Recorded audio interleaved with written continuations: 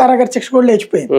పొరపాటు వాళ్ళు కొట్టినటువంటి సందర్భంలో దాన్ని ఏమంటారంటే అన్లాఫుల్ నిర్బంధం అంటారు అనమాట. చట్ట విరుద్ధమైనటువంటి నిర్బంధం పోలీస్ స్టేషన్ లో ఉంచాలి. కానీ ఇది వాస్తవంగా చెప్పాలంటే రాష్ట్రంలో ప్రస్తుతం పోలీస్ స్టేషన్ లో ఎక్కడా ఎంక్వైరీలు జరగట్లా, ప్రైవేట్ పోలీస్ స్టేషన్స్. కాకపోతే ఇక్కడ చిన్న డౌట్ సార్, ఇప్పుడు ఏం చెప్పిందంతా బానే ఉంది. అతను చనిపోయిన తర్వాత బస్ స్టాండ్ లో తీసుకెళ్లి వదిలేశారు.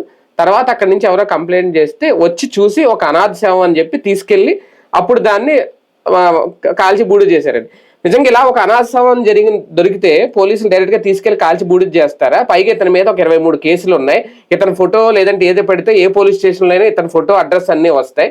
నిజంగా అనాథ శవం అయితే పలానా వ్యక్తి ఒక ఫోటో పెట్టి ఇక్కడ శవం దొరికింది బస్ స్టాండ్ లో అంటే వాళ్ళ తల్లిదండ్రులు వచ్చి తీసుకెళ్లి ఉండేవారు కదా, తల్లి వచ్చి తీసుకెళ్లేరు కదా, ఇల్లు కాల్చి బూడి చేయాల్సిన పనే ఉంటది పోలీసులకి. ఇక్కడ వీళ్ళు కుమ్మక్కయ్యి రాసిన స్టోరీ అది.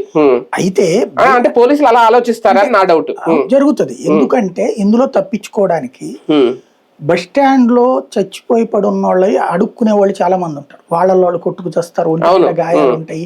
బస్ స్టాండ్ రైల్వే స్టేషన్ ఇట్లాంటి చావులు చాలా. నిజంగా వాళ్ళది అసలు పోస్ట్ మార్టం కూడా చేయరు, పోస్ట్ మార్టం కూడా చేయరు.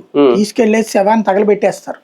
అదేంటంటే బస్ స్టాండ్ లో అయితే బస్ స్టాండ్ కి సంబంధించిన మేనేజరు, రైల్వే స్టేషన్ అయితే స్టేషన్ మాస్టర్ మా దగ్గర సో శవం పడుందండి అని చెప్తే పోలీసులు ఇంకొకటి ఏం చేయరు, తీసుకెళ్లి తగలబెట్టేస్తారు. బ్లడ్ ఉన్నప్పుడు సహజంగా చేయించుతారు. సాధారణంగా బ్లడ్ ఉన్నప్పుడు